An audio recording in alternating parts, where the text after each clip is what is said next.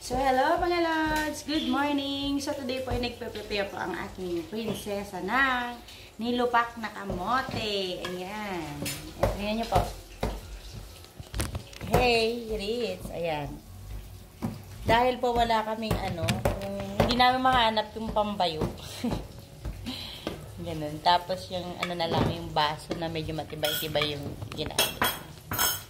Ayan. Ayan. Tapos,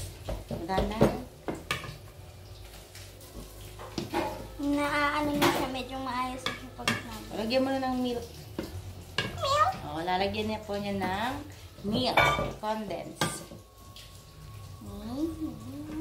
Oops. Not all, not all. Ayan. Opo, patong mo doon saan pa nandito tulo. And then what are we gonna do? Okay, good. Kaya mo mix. Going to mix it first. Oh. May buo pa, baby. Sige, haluan mo dali. Haluan mo ng condense. Ayan. Dali. Bakit? Iyan mo. Sige pa. Ayan. Ito yung tayo konti.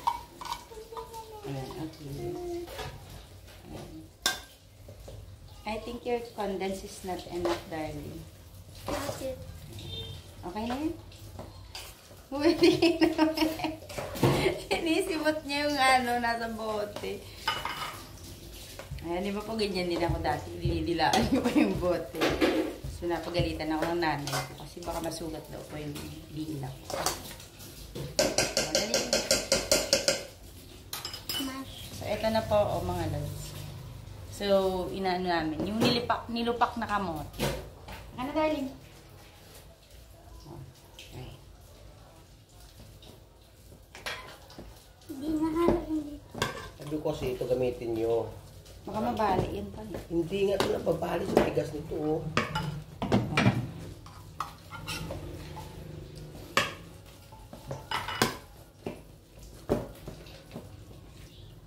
Anong bibigyan mo ina? So, medyo na siya ngayon, smooth. Okay, sabi sa kamay ko. Yan, so improvise yung bayuhan namin. Sige na, ikaw na. May video ang kataan yan. Ayan na po mga lods, oh.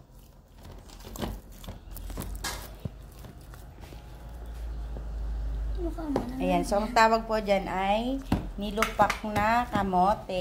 Ayan. Nagiging sticky na siya.